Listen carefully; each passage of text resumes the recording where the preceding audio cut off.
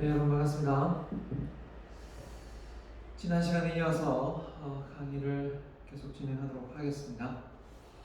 자, 지난 시간에 우리가 과업 환경, 그쵸? 그 다음에 일반 환경, 기업의 환경을 우리가 배우고 있었는데, 자, 기업의 환경을 배우는 이유는 뭐죠?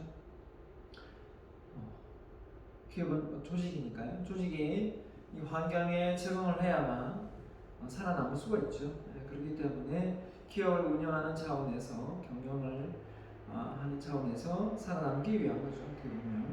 그래서 많은 이해관계자들이 있고 그리고 일반 환경적으로도 많은 정치, 경제, 문화 모든 것들이 둘러싸고 있죠. 그런 부분을 이해하지 못하고 무조건 제품과 서비스를 만들어낸다면 그 조직은 결국은 도태되고 엔트로피가 될 수밖에 없죠.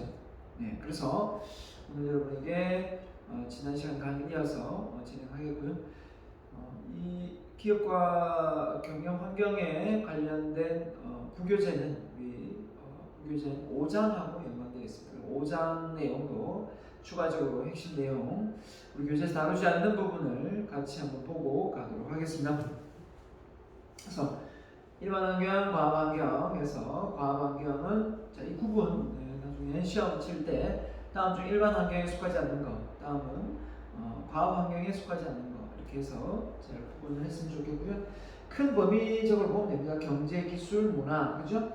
그 다음에 정치, 법률, 국제적인 어떤 큰 걸 보면 이거는 일반 문화, 그죠? 일반 환경이고요.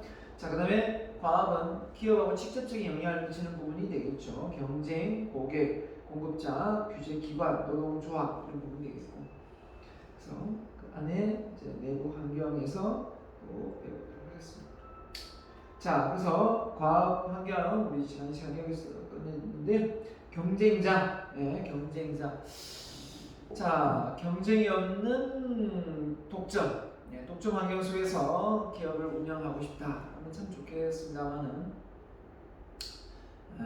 수익을 독차지하기 때문에 뭐 단가도 자기 마음대로 정하고 아담 스미스의 보이지 않는 손이 형성이 안 되는 거죠. 그러니까 공급자와 수요자의 어떤 그 가치에 의해서 이 가격이 책정되어야 되는데 자기 마음대로 독점해서 가격을 무지막지하게 높게 부를 수도 있고요.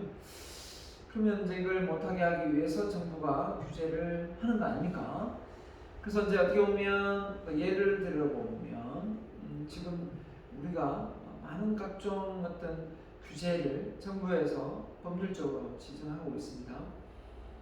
그런 부분이 꼭 기업을 떠나서 우리가 생활에 다수가 불편함을 겪는다면 정부가 나서서 법률을 제정하죠. 그런 것처럼 기업을 운영하는 데 있어서도 마찬가지입니다. 경쟁자가 너무 없다. 이 회사가 너무 독점을 한다. 너무 그죠? 소비자에게 피해를 초래하고 있다. 이렇게 될 경우에 정부가 나서서 국제사회가 나서서 그 일을 못하게 막죠. 그래서 어떻게 보면 그 세계적인 대표적인 예가 바로 애플이거든요. 애플이 이제 어떻게 보면 애플도 독점, MS사도 마찬가지고요. 그죠? 그런 어떤 기업들이 사회적인 어떤 환원을 하거나 이런 걸 하지 않으면 어떻게 되겠습니까? 우리나라 삼성도 마찬가지겠지만 기부도 많이 하고 하기 때문에 우리 일반인들이 세계인들이 가지고 있는 이미지가 한층 좋아지겠지만 만약에 뭐 반도체나 이런 쪽에 독점을 해서 정말 가격을 단가를 올리거나 외국에 비해서 너무 단가를 많이 올려서 판매를 한다면 자국이 오히려 피해를 보는 거죠. 그런 의미에서 우리 나라의 그 기업인 현대자동차가 참 좀 아쉬운 점이 있더라고요. 왜냐하면 똑같은 제네시스 브랜드를 외국에 팔 때는 좀 싸게 팔고 우리나라 팔 때는 비싸게 팔고 이럴 때 화가 나죠. 그래서 자동차 하나 회사를 만들어 버릴까? 이게 잘 안 되잖아요, 그죠? 과점이기 때문에 몇몇 회사밖에 없잖아요. 그렇기 때문에 어떻게 보면 그런 것 자체가 상당히 외국에서 차를 사가지고 들어오는 게 오히려 싼 경우가 된다면 말이 안 되죠. 그죠? 쉽게 예를 들면 포도를 만드는 포도 생산국이 오히려 기름을 만드는 그죠? 원유국이 기름이 쌓여야 되는데 오히려 비싸다면 말이 됩니까? 말이 안 맞죠, 그죠? 예, 그런 부분에서 국민을 호구로 보느냐, 그죠? 예, 그러면서 막 댓글도 많이 달리는데 아무튼 경쟁자의 환경이다. 그래서 한정된 자원을 놓고 서로 경쟁합니다. 그래서 이 경쟁이 어떻게 보면 좋은 거냐 나쁜 거냐 이렇게 표현할 수 있는데 경쟁은 좋을 수도 있고 나쁠 수도 있고 뭐 그런 것 같습니다. 너무 심화되면 문제가 되지만 너무 없어도 발전이 없죠. 발전이 없습니다. 그래서 왜 이렇게 빨리 급변합니까 세상이? 너무 정보가 빨리 공유되면서 공유 경제 아닙니까? 공유되면서 그 정보를 빨리 습득하게 되고 또 그게 공유되면서 빨리 발전하게 만들어지죠. 왜냐하면 경쟁이 뒤처지지 않아야 되니까. 결국은 경쟁의 심화를 우리가 만들어냈다고 해도 과언이 아니죠. 이 빠른 정보 처리 기술력에 의해서 경쟁자가 또 빠르게 나오게 될 수밖에 없는 상황이다 보니까 어떻게 한 발 빠르게 앞서가려고 하면 그 한 발 앞서가는 게 새로운 정보일 수도 있고 아무튼 개별 조직들은 환경 내에서 다양한 경쟁 상황에 직면하게 된다. 오늘 장사가 잘 되면 내일 모레쯤 되면 몇 달 안 가서 이미 또 뭡니까 진입 장벽이 낮아져서 이 레드오션이 될 수도 있다라는 거죠. 자, 그래서 경제학자적인 관점에서 보면 자 이렇게 독점, 과점 3개에서 4개, 5개 정도 경쟁하는 기업이 있습니다. 그죠? 기업들이 독점적 경쟁 환경, 완전 경쟁 환경 이렇게 표현을 했습니다. 완전 경쟁 환경은 학술적으로는 그죠? 학문적으로는 말이 되지만 현실적으로는 불가능한 시장이고요. 그죠? 자, 그 다음에 이제 책에는 나와 있지 않지만 마이클 포트의 경쟁, 파이브 포스를 해가지고 자 기업이 처해 있는 이 환경을 분석할 때 경쟁자 분석을 많이 하거든요. 그게 나와 있는 파이브 포스 5가지를 한번 볼까요? 기존 기업 간의 경쟁 당연하겠죠. 첫 번째가 되겠고, 자 대체품이 있는 경우 공급자와 교섭력, 구매자와 교섭력, 잠재적 진출 기업에 대한 어떤 그 대체 기술이나 어떤 대비책 이런 게 있어야 되겠죠. 그래서 이 마이클 포트가 주장하는 바가 뭐냐면, 자 어떻게든 내가 원료를 공급하는 사람하고의 어떤 그 프로세스 그러니까 이 잘 연결되어 있으면 단가를 싸게 공급을 받아가지고 소비자에게 제공할 수 있기 때문에 경쟁력이 앞설 수 있는 거 아닙니까? 그래서 이제 보통 이제 TV에 이렇게 보면 프로에 보면 맛집 이렇게 프로에 보면 엄청 가격이 싸죠. 뭐 이렇게 뭐 소고기 뭐 무한 리필하면서 싼데 결국은 대부분 그 얘가 제가 뭐 소고기 이렇게 공정 가정에서 좀 싸게 공부할 수 있는 데를 알아가지고 이렇게 배급을 받습니다, 보고를 받습니다 이렇게 얘기하는 경우가 대부분이죠. 네, 그렇습니다. 그래서 공급자와의 결승력, 구매자도 마찬가지죠. 구매자가 이미 포진해 있고 돼 있다면 좀 더 경쟁에서 앞설 수밖에 없죠. 그래서 소비자를 어떻게든 소비자 단체를 만들어서 단골 고객을 만들어내는 게 중요한 거고, 대체품입니다.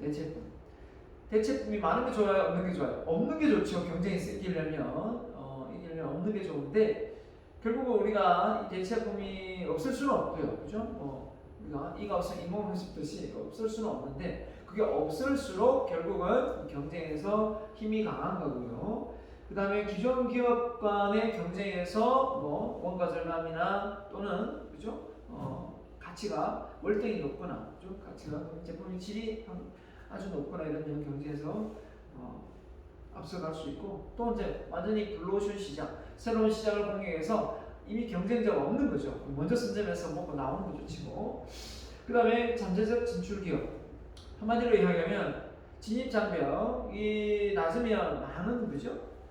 경쟁이 생길 것이고, 치킨이나 뭐 피자집 이런 거는 치킨점 심지어 300만 원 이 정도만 있으면 차릴 수 있다 이렇게 말할 정도로 그죠? 네, 아주 저렴하게 오픈을 해주는 데도 많더라고요. 물론 이제 브랜드가 있는 데는 참 2천, 3천 이렇게 나오지만 그래서 대학생들도 치킨점을 운영하면서 대학을 다니는 친구도 있더라고요.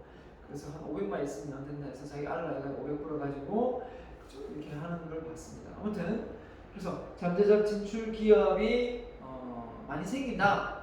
반도체, 삼성 반도체 경쟁자가 생기겠습니까? 어마어마한 돈이 들어가는데 생기겠어요? 잘 안 생기죠. 그런 겁니다. 그래서 경쟁자가 잠재적 진입자가 많은가 적은가 이런 거죠. 네. 그런 걸 놓고 봤을 때 여러분이 나중에 뭐 사업을 할 때도 이 업종에 사람들이 많이 뛰어들 것인가 아닌가 이거죠. 그러니까 쉽게 기술을 습득하고 또 그 기술이 별로 이제 숙련되지 어떻게 보면 빨리 습득할 수 있는 거죠. 조금만 몇 번 반복하면 숙련가가 되기 쉽고 그 전문가가 되면 문제 해결 능력이 필요하잖아요. 그러면 오랫동안 그 업종에 근무하고 노하우를 쌓아야만 어떤 그런 문제 해결 능력이 키워질 수 있는 그런 일이면 아무나 벤치마킹 못하죠. 그래서 예를 들면 컨설팅 회사를 차린다. 컨설팅 회사 아무나 차리니까 기업을 컨설팅하고 분석하고 그 기업이 잘 되도록 만들어줘야 되는데 그 업종에 근무도 해본 경험도 경력도 없고 뭐 학력도 낮다면 누가 맡기겠습니까? 맡길 리가 없죠. 그렇죠? 그렇기 때문에 좀 장시간 많이 보고 배우고 경험도 쌓아야 되겠죠. 이런 점을 생각하면서 우리가 경쟁자를 따돌릴 수 있어야 된다. 차별화 전략을 할 수 있어야 된다. 이렇게 볼 수 있는 겁니다. 5가지 요소 잘 기억을 하세요. 예, 시험 문제 나올 수도 있습니다. 자, 그 다음에요. 자, 그래서 과학 환경 두 번째는 소비자의 환경입니다. 소비자가 똑똑해지고 있어요. 그죠? 소비자가 현명해지고 있고, 소비자가 지식층이 높아지고 있죠. 예전에는 뭐 대학을 다 안 나왔지만, 이제 거의 대부분 다 대학을 나오고 있는 상황이라, 그만큼 소비자가 똑똑하기 때문에 이 앱을 다루는 기술도 아주 뛰어나고, 그죠? 가격을 잘 알아보고 살기 때문에 소비자가 더 호구가 있죠. 그래서 어떻게 보면, 너무 이렇게 분석하고 그죠? 검증을 잘하는 어떤 소비자가 많기 때문에 조금 이게 비싸게 팔고 싶어도 팔 수가 없죠. 이게 가격이 다 드러나니까.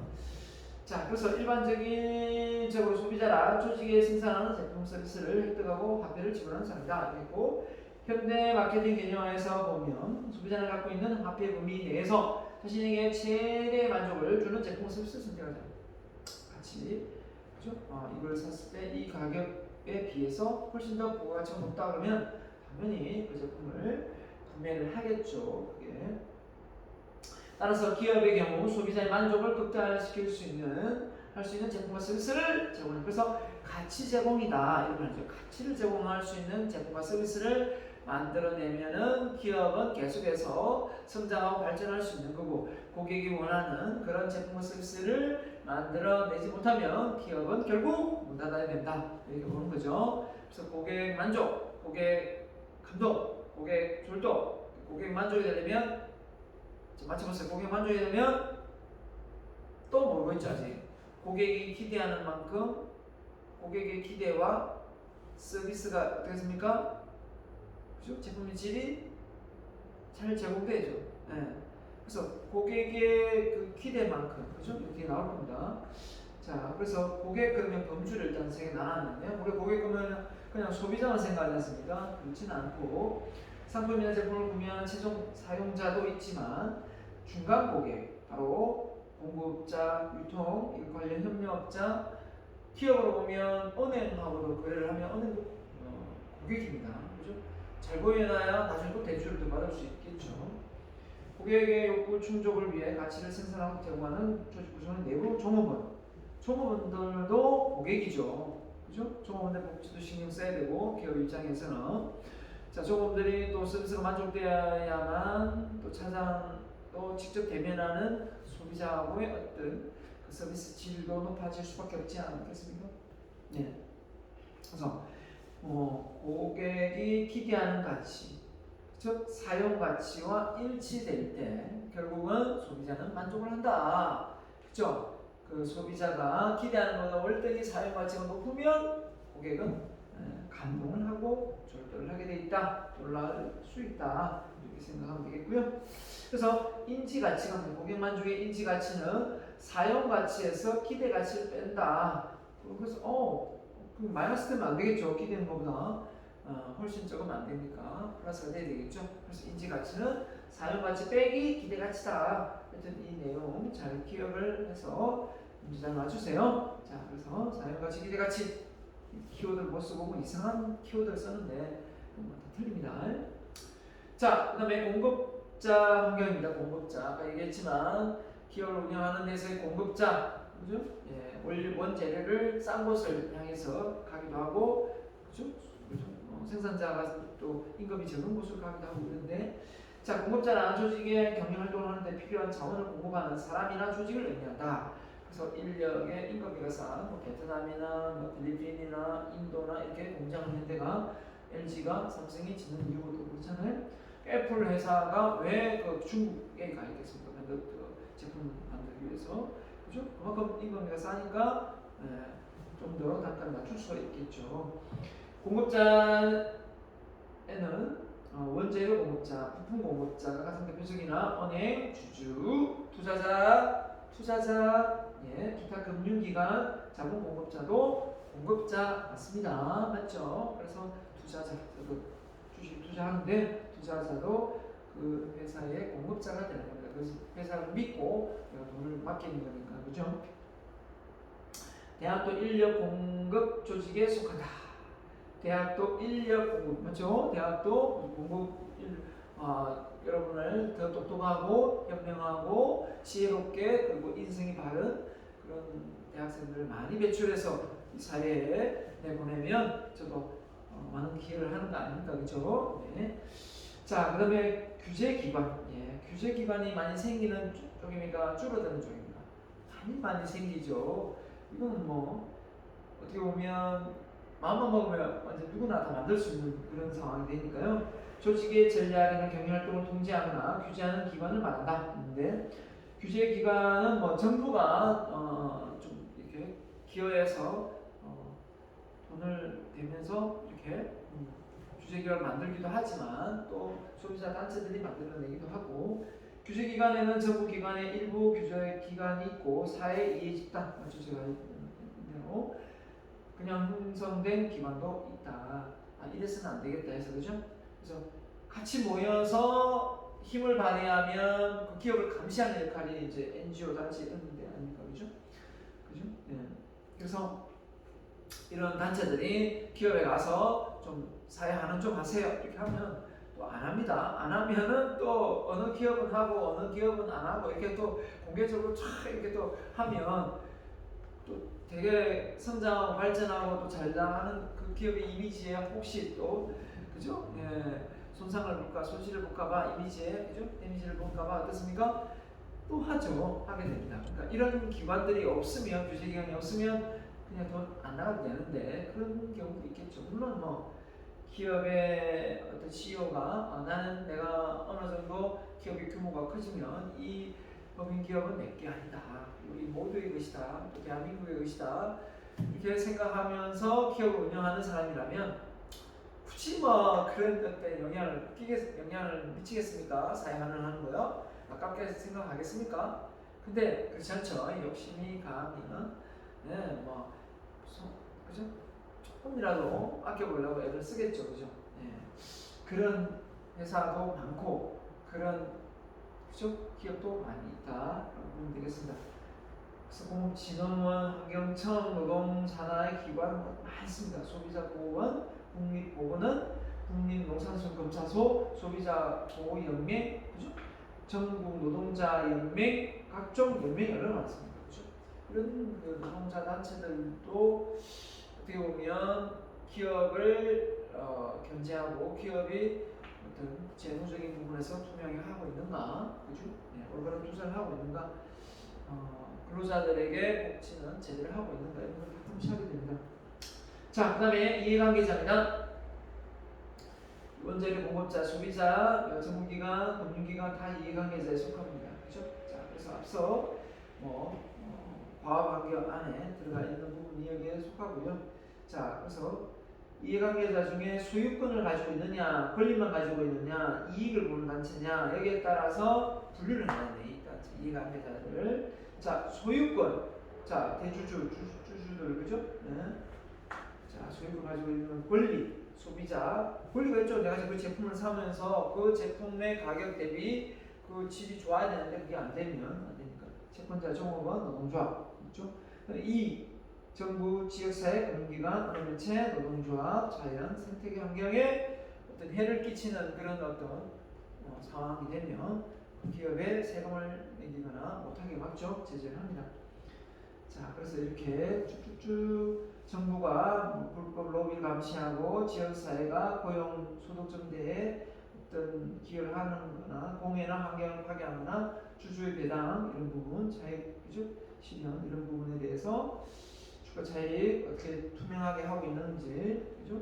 감시할 것 같고, 외부 감찰을 넣어서 소비자 과장 광고, 보장, 소비자 보호를 제대로 하고 있는가, 또 소비자에게 또 해가 되는 어떤 제품과 어떤 그죠? 네, 서비스를 하고 있는가, 종업원들의 근로 관련되어 있는 임금이나 이런 부분에 대해서 다 감시 체계가 있습니다. 그렇기 때문에 결국 이런 체계들 속에 기업을 운영하는 게 되기 때문에 운영하고 있기 때문에 결국 기업을 운영하는 경영자 입장에서는 이런 이해관계자들을 잘 설득시키고 적을 만들지 않는 범위 내에서 사업을 추진해야 조직이 무너지지 않겠죠. 그래서 소비자들이 이 제품 사지 말자 불매운동이라도 일어난다면 회사는 큰 타격을 입을 수밖에 없다, 이렇게 보는 겁니다. 자, 그래서 여기 나오는 핵심이 나온 사회적 기대 수준은 뭐냐? 기업 활동의 성과치, 그죠? 사회적 이슈가 될 수밖에 없습니다. 다시 하겠습니다. 사회적 이슈를 문제는 사회적 이슈가 된다는 건 좋은 게 아닙니다. 기업이 사회적 이슈가 된다는 건 좋은 게 아니죠. 그런데 아까 말한 소비자가 사용에 소비자가 기대한다고 사용 기대치가 달라져요. 앞서 그죠? 소비자의 기대치와 사용 가치가 다르면 결국은 고객이 만족할 수 없잖아요, 그죠? 맞죠? 사용 가치, 기대 가치, 맞죠? 여기는 기업이 사회적 이슈가 안 되려면, 그죠?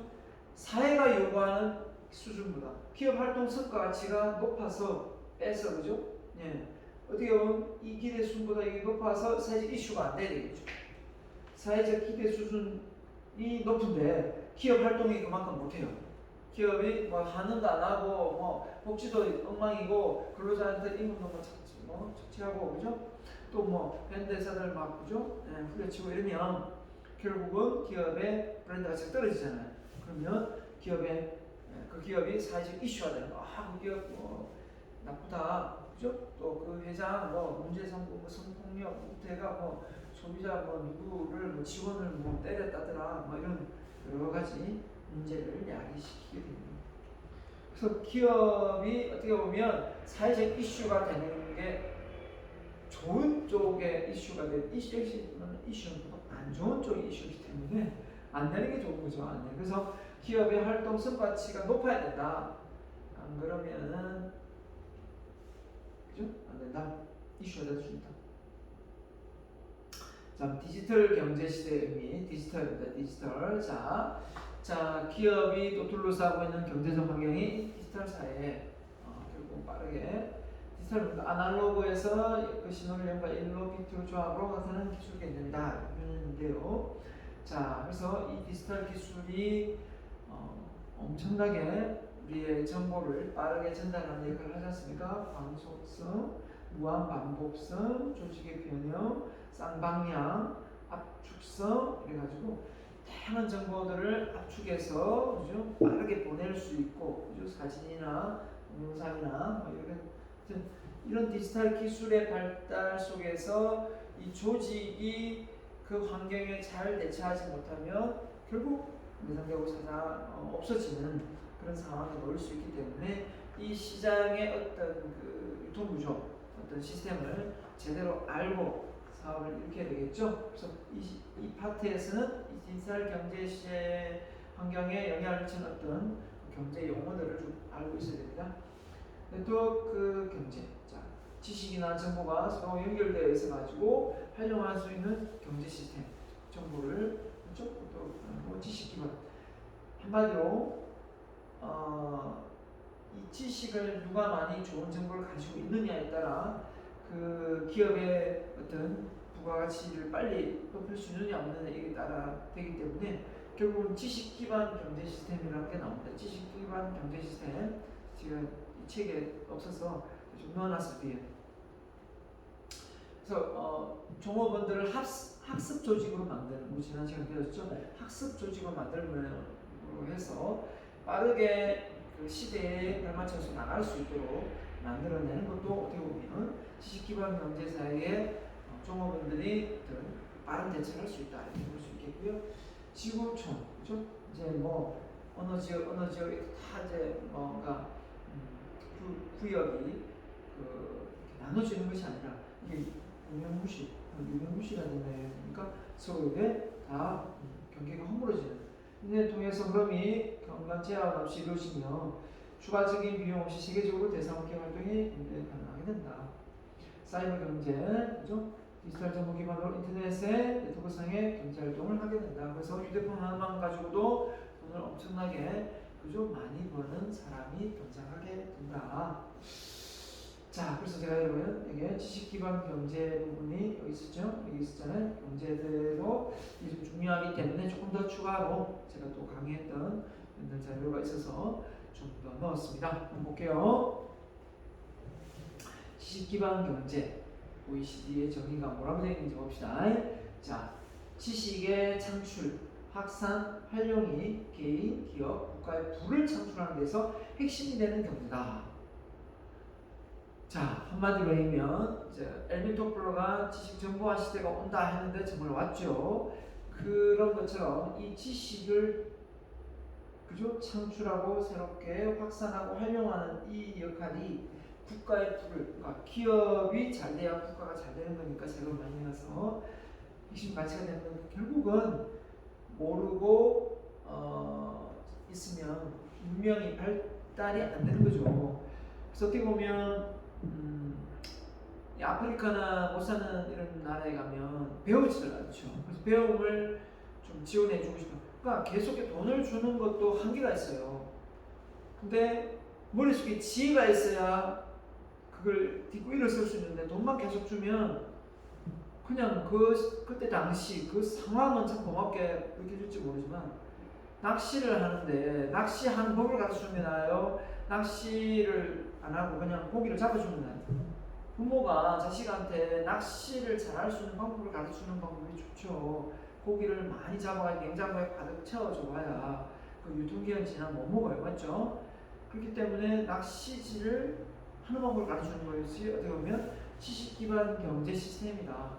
삶의 지혜와 지식을 준다. 그래서 엘빈 토플러가 우리나라 세계 1등 국가가 될 거라고 예측을 한 게 우리나라만큼의 대학 진학률 그리고 이런 학업에 관한 투자 어떻게 보면 진짜 부모들이 파출부를 하거나 식당에 가서 그릇을 씻어도 아이를 학원을 보내는 그런 나라 아닙니까? 그만큼 학원을 하나 보내주려고 그렇게 고된 일을 하거든요. 공장에 가서 조립 라인 그죠? 서고 그런 걸로 보면 내가 못 배웠기 때문에 내 자식은 잘 배워서 지혜롭게 잘 살길 바라는 거죠. 그렇지 않고 그냥 내가 막 자식들은 뭐 편안하게 있고 내가 돈을 많이 벌어갔다 저쪽에 돈을 많이 물려줄 것이다 이렇게 하면 그 돈 다 탕진해버리고 없어질 수 있죠. 지혜가 없으면 그죠? 그래서 진짜 중요한 것 같아요. 지식 경영. 그래서 결국은 이런 시대에 여러분이 취업을 하고 회사를 다니고 있기 때문에 결국은 뭘 이야기합니까? 결국은 이 지식 경영 시대에 어떻게 보면 나는 대학 다닐 때 열심히 배우고 대학 끝나면 공부를 안 할 거야. 나는 공부가 별 취미가 없거든. 이런 말을 할 수가 없다는 거죠. 할 수가 없잖아요. 끊임없이 세상은 바뀌고 새로운 정보가 계속 쏟아지는데 나는 그죠? 대학교 다닐 때까지 공부하고 그다음부터 안 하겠다. 말도 안 되는 소리죠. 그렇기 때문에 끊임없이 계속해서 독서하고 배우고 그죠? 이렇게 그 과정을 우리는 죽을 때까지 계속해서 해야 된다. 그래야만 경쟁에서 뒤처지지 않고 살아남을 수 있다. 이렇게 볼 수 있는 거죠. 그래서 지식경영이 뭔가 보면 기업을 포함해서 조직이 보유하고 있는 다양한 정보로부터 맞죠? 기업이 보유하고 있겠죠. 머릿속에 있는 암묵적이 있을 거고. 그래서 지식을 창출하고 자 정보에서 지식.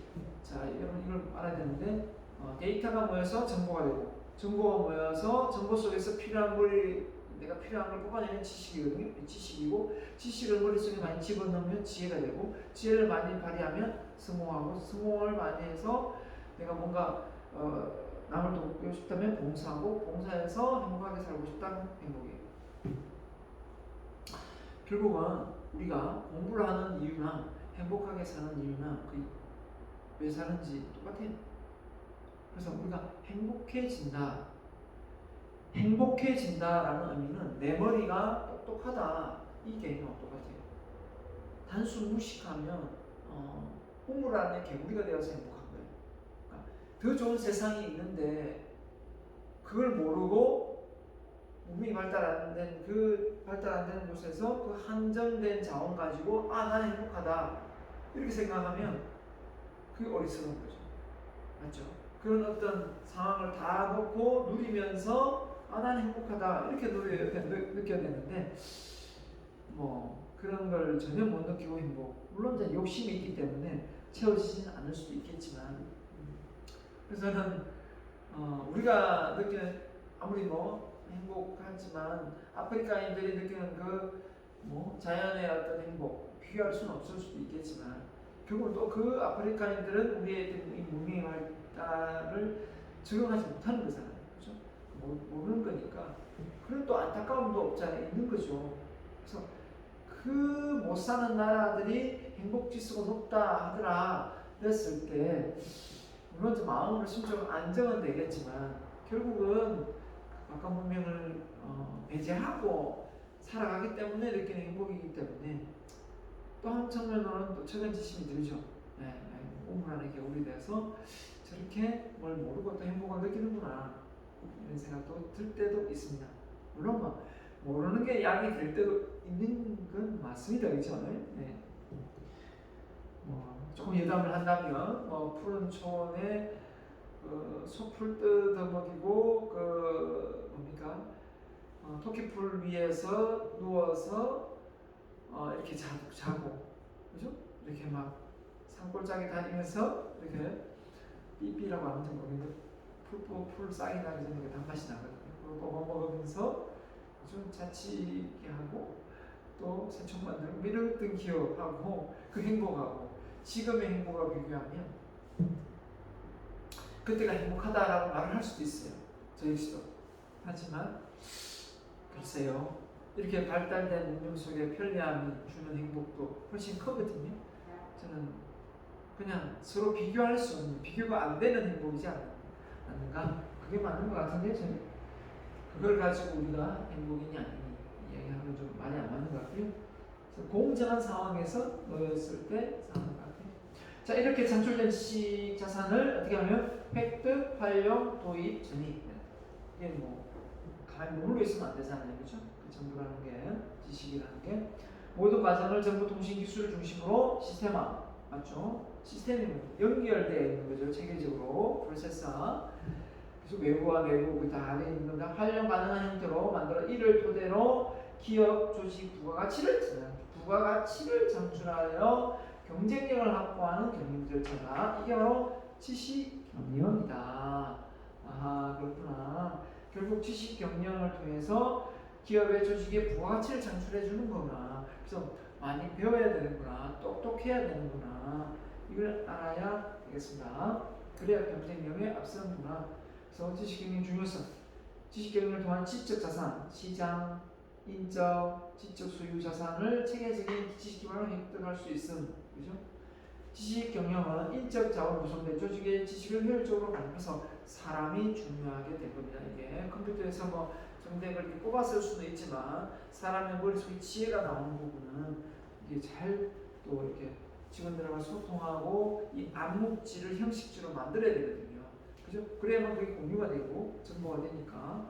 근데 머릿속에 있는 그 정보를 아예 내놓지 않는다. 그러면 그걸 뭐 활용 가치가 떨어지는 거지 않습니까?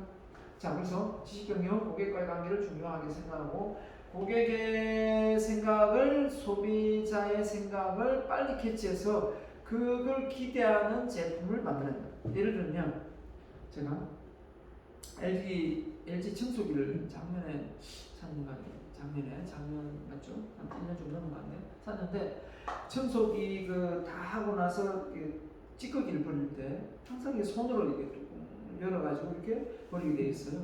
지저분한 거를. 그래서 뭐 손 씻고 하는데 요즘에는 그게 딱 이렇게 손잡이식으로 딱 내리면 한 번에 쫙 이렇게 버려지게 되더라고요. 이 최신 거는. 그렇죠? 그렇게 발전하는 겁니다. 그렇게 발전해요. 그렇죠? 그래서 뭐 생각하면 그때 조금만 더 늦게 있다가 살 걸 이런 생각도 들 때도 있죠. 근데 또 다음 거 해보세요. 또 다음 거 해보세요. 계속 발전합니다. 이제는 물걸레까지 다 되잖아요. 물걸레. 샀더니 물걸레 따로 제가 물걸레 청소 따로 샀거든요. 물걸레 청소 따로 샀는데 이제는 붙어 있잖아요. 그죠? 그러니까 또 이거 좀 더 있다 살 걸, 더 있다 살 걸. 그죠? 마찬가지입니다. 어쩔 수 없습니다. 기술력의 발달을 따라잡을 수가 없기 때문에 어느 정도 그때 상황에 필요하면 사야지. 좀 있으면 더 좋은 게 나올까요? 더 좋은 거 나올까요? 한 번도 못 써보고 죽습니다. 맞죠? 마찬가지 자동차도 이거 좀 있으면 좀 더 좋은 자동차, 전기 자동차 나오면 좀 사야지, 좀 이따 사야지 하다가 결국은 기다리다가 나중에 자동차 보물 돼가지고, 그죠? 예, 길가에 퍼질 수도 있습니다. 그래서 적당한 시기에 바꾸는 것도 요령입니다. 예. 별 얘기 다 해요. 자, 아무튼 지식 경영으로 경비 절감 효과. 머리에 지혜가 있으니까요. 지혜가 있으니까 맨날 똑같은 방식으로 해서는 안 되고 이걸 좀 더 효율적으로 효과적으로 할 수 있는 방법이 뭐가 없을까라는 생각을 머리를 쓰는 머리를 써라. 머리 쓰려고 여러분 경영학과 들어온 거 아니에요? 네. 경영학과는 머리를 쓰는 것입니다. 경영을 어떻게 하면 잘할 건가? 머리 쓰기 귀찮다. 이러면 안 되겠죠. 자, 그래서 글로벌 시대에 뭡니까? 지식 경영. 글로벌 시대에 넘어서 글로벌 시대로 한번 넘어갈게요.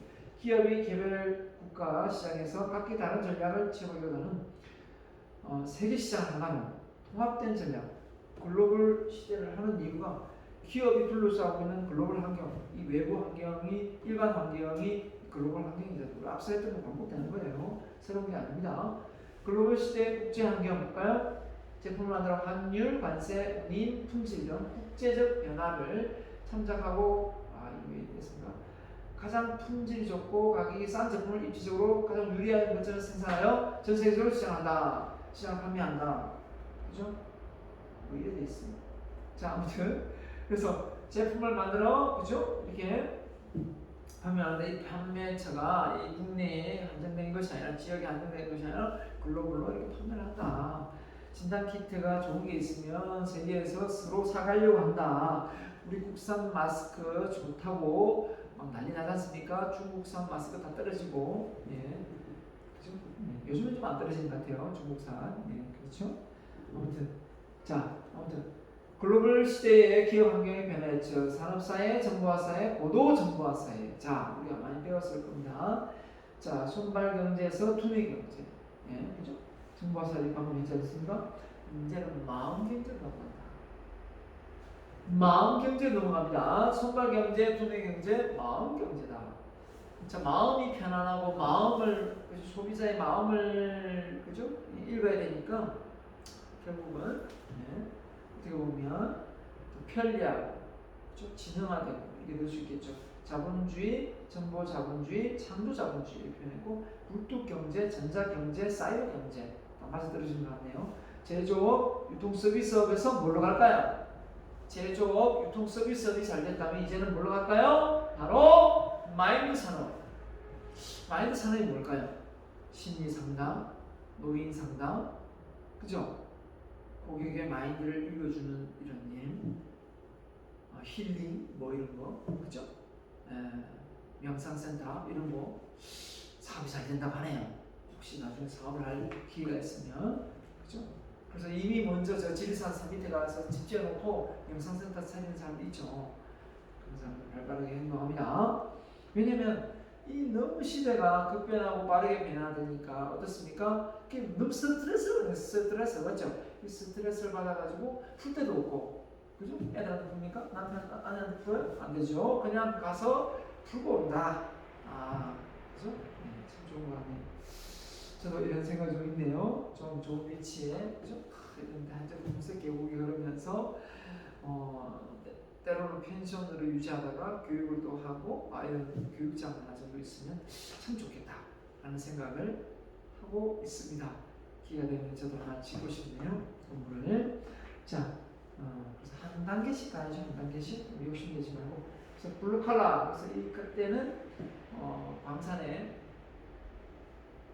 청바지 입고 막 석탄 캐는 그런 상황이 연상되고, 화이트 컬러 다이어트 때 생각나고, 화이트 흰색, 그죠? 와이셔츠. 자, 골든 컬러라는 뭘 의미하냐면, 골든 컬러의 이꼴은 또 다이아몬드 컬러 이렇게 표현하는데, 골드, 금이지 않습니까? 한마디로 골든, 금은 녹이면 뭐든지 만들 수 있잖아요. 참 유연함을 이야기합니다. 그래서 너무 고지식하고 이러면 살아남을 수 없어요. 그러니까 존 두이가 얘기했습니까?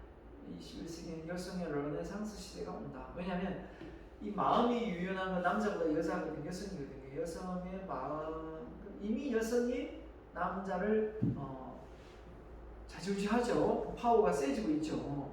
여성 대통령도 나오고, 이미 가정에서는 아내의 힘이 파워가 센 집도 많죠. 우리 집은 예외입니다. 우리 집은 그걸 용납을 못합니다. 그렇기 때문에 절대 그 주도권을 빼앗기지 않습니다. 근데 그런 집에 참 많더라고요. 꽉 쥐어서 사는. 돈도 우리는 각자 이렇게 하고, 제가 생활비는 다 대주고, 와이프 그런 돈은 내가 관리를 안 하기 때문에, 그죠? 제가 번 돈을 생각도 하면 되고, 제가 돈 더 쓰면 되니까, 그죠?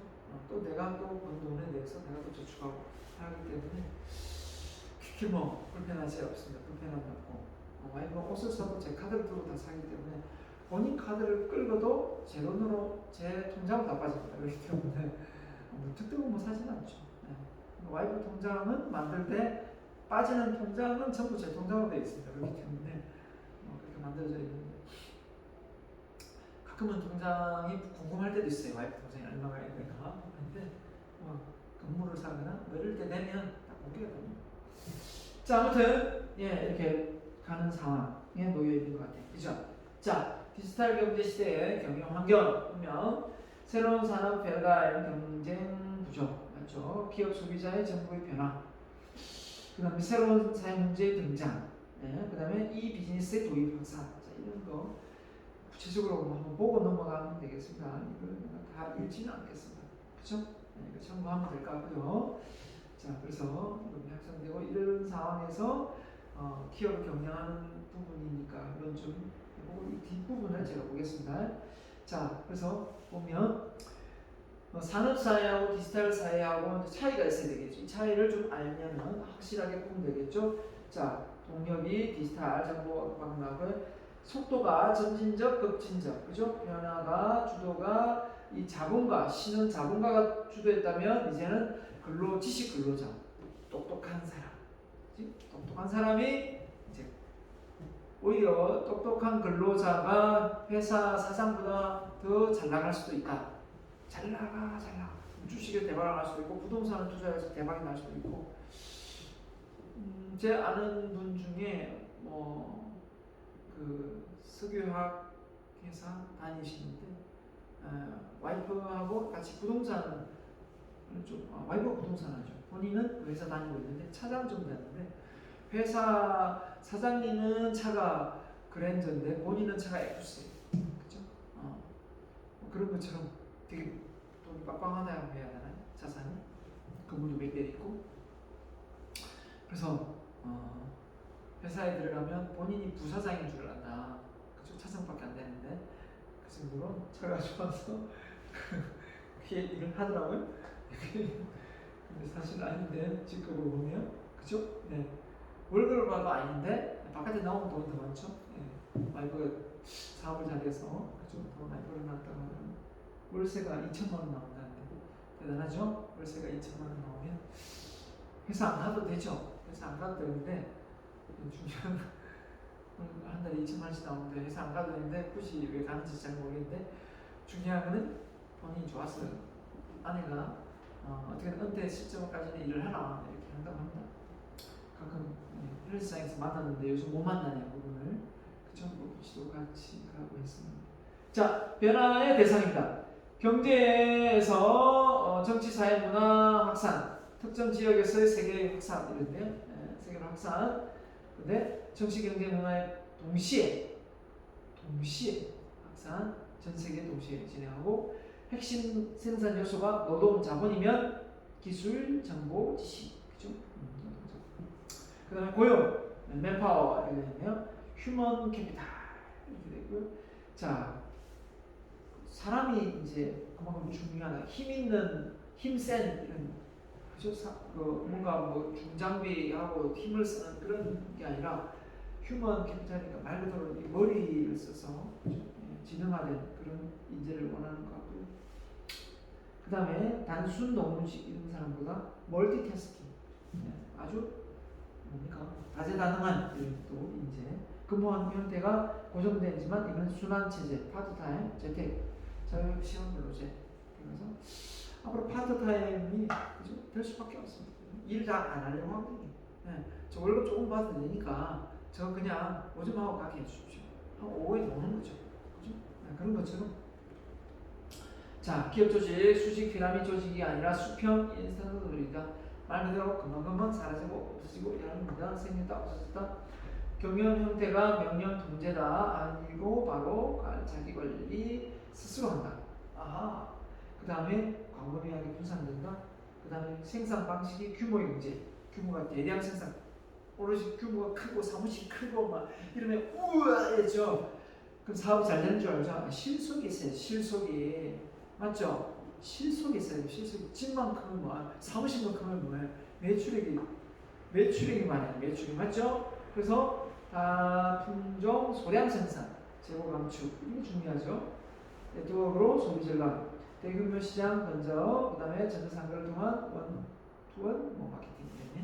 제조업 중심, 생산 중심이 서비스 중심, 소비자 중심으로 바뀌고 대기업 중심에서 이제 어떻게 디지털 사회는 바로 중소벤처 내지 소비자가 기업을 운영하는 체제가 되죠.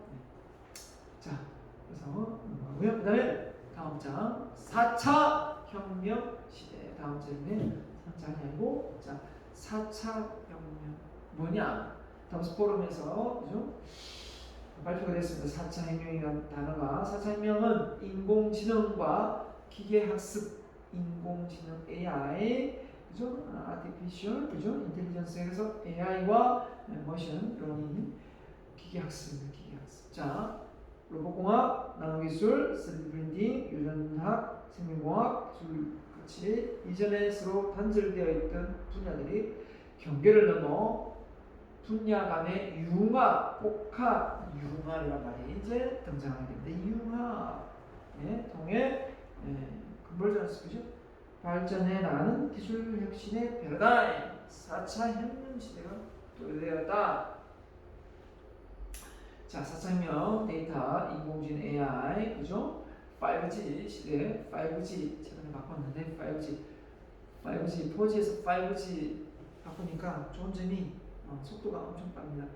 동영상 유튜브 하나 올리는데 1시간짜리 올리면 4G에 올리면 그 다음 날 올려주고 이랬는데 한 2시간 정도? 한 2시간 정도만 올라가는 것 같아요. 자, 아무튼 지능화 효율화, 그죠? 이렇게 가는 것 같고요. 자, 그래서 이렇게 1차 산업, 2차 산업, 3차 산업, 4차 산업.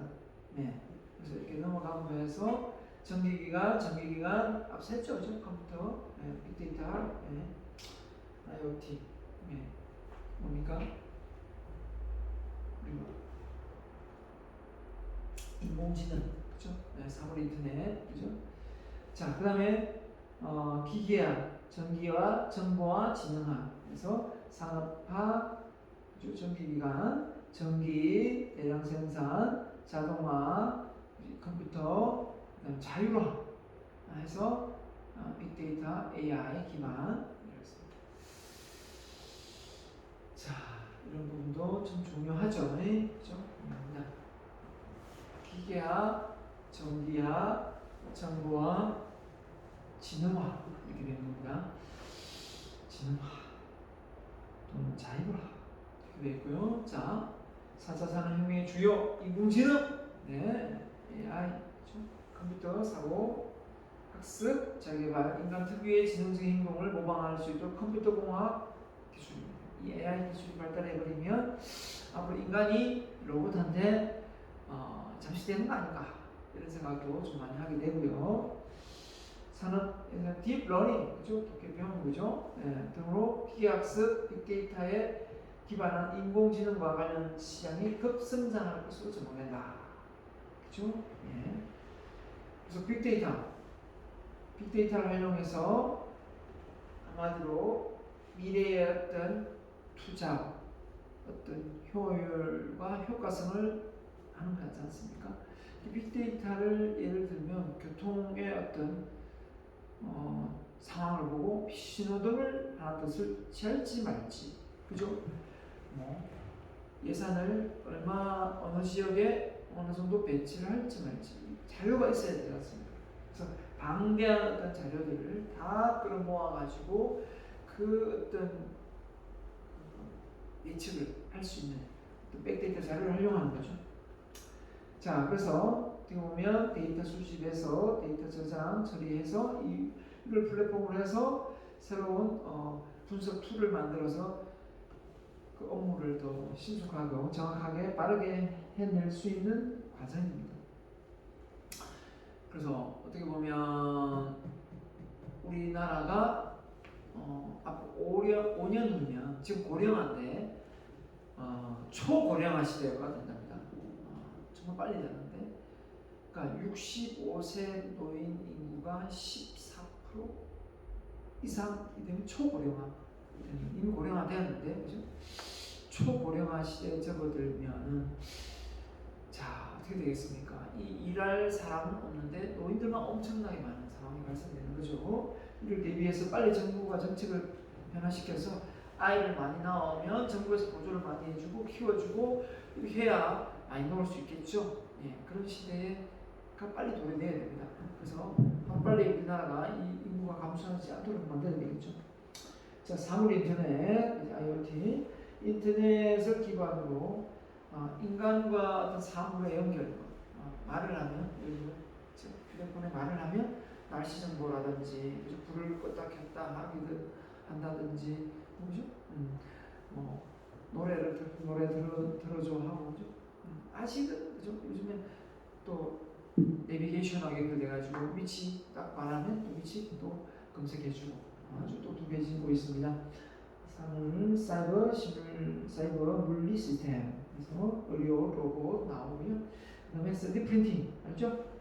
모든 걸 3D로 제작을 해서 건물들 앞으로 손쉽게 빠르게 모형을 만들어낼 수 있는 거고요. 그다음 로봇공학, 그다음에 블록체인, 한마디로 이 비트코인 예를 들면 외부에, 그죠? 침입을 못하게끔 만드는 게 블록체인이지 않습니까? 공공거래 장부라고 부르면 가상화폐 거래할 때 발생할 수 있는 해킹을 하는 기술, 블록체인. 그 다음에 합성생물학 유전자공학, 그래서 줄기세포를 이용해 가지고 우리 몸에 장기가 손상되면 갈아 끼울 수도 있고 할 수 있는 이런 DNA 기술이 발달해서 난치병을 치료하고 있습니다. 허리 디스크를 꼭 수술하지 않고 낫기도 하고, 그죠? 어느 장기에 암이 걸리면 잘라내고 새로운 장기를 자기의 DNA를 이용해 가지고 빨리 만들어서 줄기세포를 이용해 만들어서, 그죠? 또 교체할 수 있는 시대. 자, 이렇게 되면 사람이 잘 죽지 않겠죠, 그죠? 그래서 정말 100세가 아니라 200살도 머지 않았다 생각합니다. 200살도 살고, 나중에는 아예 안 죽을 것 같은데 그 정신만 싹 빼가지고 딱 연결하면 사실 몸은 로봇이라도 내가 뭐 살아있다는 느낌 들지 않겠어요? 맞아요. 자연스럽게 움직일 수 있다는 거죠. 완전히 아프지도 않고, 그 대신 뭐 먹고 이런 어떤 재미 이런 건 없겠네, 그죠? 자, 모르겠습니다. 별걸 이야기하는 3차 산업의 특징. 자, 초연결이다. 파이프 커넥티드 했는데 초진흥화. 자, 특성을 가지고 있다. 산업 4차 산업혁명의 초연결, 초진흥화. 이런 특성을 가지고 있습니다. 이를 통해 모든 것이 상호 연결되어 있다. 진흥화되어 있다. 사회로 변화되어 갑니다. 그래서 네트워크가 되어 있고 서로 연결되어 있는데 이 구도하고 단절되어 있다면 분명히 뒤처지는 거죠. 어쩔 수 없이. 그래서 우리 사회는 이미 초연결 사회로 진입되어 있고 인터넷에 안 들어간다. 연결 안 되는 거죠. 그죠? 나는 인터넷이 안 된다 이러면 그죠? 완전히 산골짜기 있는 거 아닙니까? 4차 산업혁명의 주요 변화 동인이 인공지능과 빅데이터 연계 융합으로 인해 기술 산업 구조가 초진화합니다. 주식의 예를 들면 미국 주식이 이미 전날에 올랐는지 안 내렸는지를 보고 오늘 내가 주식 투자를 할 건지 말 건지 단타 매매를 할 건지 말 건지 상당히 그걸 교육적이 되겠더라고요. 왜냐면 미국의 그죠? S&P하고 나스닥이 우리나라하고 영향이 너무 많아요. 맞죠? 네. 그렇기 때문에 우리나라 코스피하고 영향을 많이 너무 받고 있기 때문에 그 영향을 미리 예측할 수 있고 보고 이제 그 다음날 우리가 하기 때문에 이런 것도 이제 연결되어 있고 다 정보가 공유되니까 알 수 있는 거지 않습니까? 다 끝나고 나서 저녁에 알 수 있고 이러면 무슨 소용이 있겠어요? 그래서 이 유비쿼터스 모든 상황을 이 다 컴퓨터가 연결되어 있어가지고 다 제어할 수 있는 그런 상황이 되어버린 거죠. 신호등도 차도 사람이 많다 보면 신호 횡단보도를 많이 건널 수 있게 해야 될 거고 차가 막힌다 그러면 사람을 좀 기다리게 하고 파란불을 더 많이 만들어서 차가 지나가도록 만들어야 되겠죠. 그죠? 그래서 일상생활에 사용하는 모든 사물에 칩을 넣어 컴퓨터를 언제 어디서나 그죠? 우리가 이미 컴퓨터 안에 그죠? 칩이 따로 있죠. 그러면 탁 갈아 끼면 새 폰, 내가 원하는 폰이 되지 않습니까? 내가 다 연결되고 그렇습니다. 자연스럽게 연결되고 홈 그죠? 휴대폰으로 보일러 껐다 켰다 그죠? 또 집에 그죠? 뭐가 밥솥에 밥도 하고 그죠? 상당히 스마트한 시대. 냉장고 온도 조절도 가능하고 뭐 별거 다 합니다 그죠? 집 보일러를 껐다 켰다 다 하고 자 그래서 심지어 뉴 헬스케어 해서 바로 우리의 모든 신체 기반들하고 이 우리가 가지고 있는 어떤 신체의 어떤 센스가 병원하고 연결되어 있어가지고 이 사람이 콜레스테롤 수치가 높다, 혈압이 높다, 혈당이 높다, 약이 알아서 처방이 오는 그런 상황도 발생할 수 있고 또 병원에서 이게 또 방문해서 치유를 하는 그런 상황이 될 수도 있겠죠. 이미 또 문자가 올 수도 있고. 자, 어떻게 보면 이런 코로나도 어떻게 보면 빠르게 대처할 수 있는 게 뭐냐면 이런 SNS를 통해서 정보가 막 뜨죠. 어느 동선 어디에 갔으니까 가지 마라 이렇게 하는 거 아닙니까? 자, 그래서 여기까지 잠시 하고 잠시 쉬었다가 다시 입으로 진행을 하도록 하겠습니다. 잠깐 휴식하고 다음 입으로 가겠습니다.